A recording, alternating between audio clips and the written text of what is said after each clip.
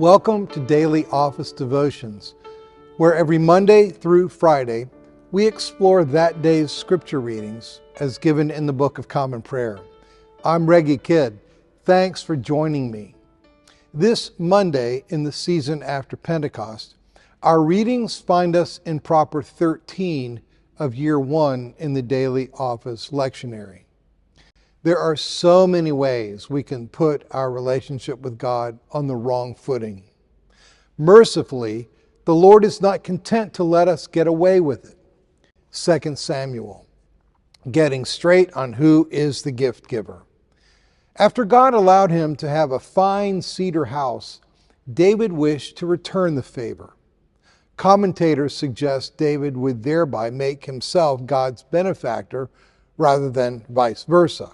At first, the prophet Nathan affirms David's plan, but the Lord intervenes. He tells Nathan to inform David that he's not the person to build God a house. Instead, God will do that house building. In God's ongoing and relentless grace, David will build not a physical building, but a royal house, a dynasty, a lineage that will always rule.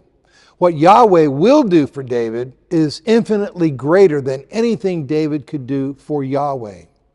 Thus, the Lord of hosts, I took you from the pasture, from following the sheep to be prince over my people Israel. 2 Samuel chapter 7, verse 8.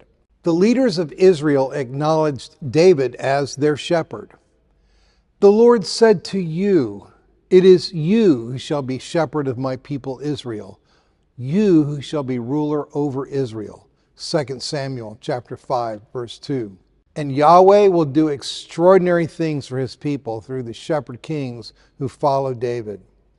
He will plant them in their homeland, free them from evildoers, grant rest from their enemies, take up residence among them, and provide perpetuity to David's line. 2 Samuel chapter 7, verses 10 through 17. David is to understand, and it's an invaluable lesson for you and me, that God's gifts to us far outweigh our gifts to him. Mark, don't try to replace God's gift. God's preeminent gift we find in the New Testament is David's greater son. Jesus comes as the Good Shepherd, John chapter 10. In Mark's gospel, Jesus has shown himself to be that great Davidic shepherd king. With compassion for sheep without a shepherd, he has taught them, Mark chapter 6, verse 34. And by means of the feeding of the 5,000 and the 4,000, he has shown himself to be the ultimate shepherd who finds green pastures and sets a banquet for his flock.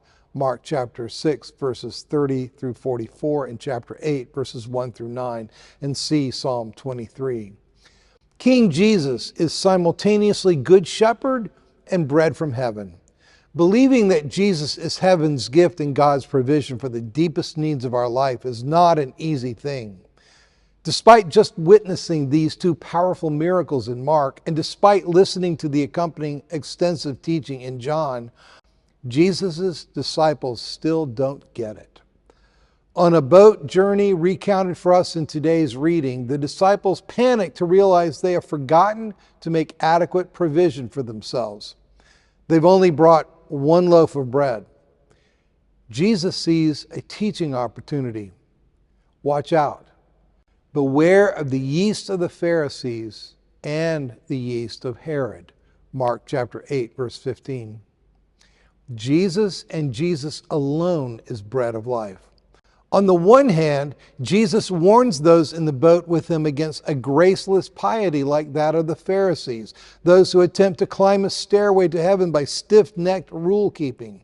On the other hand, Jesus warns his disciples against a secular worldliness like that of the Herodians, those who make peace with the earthly powers that be and live as lavish a life as possible.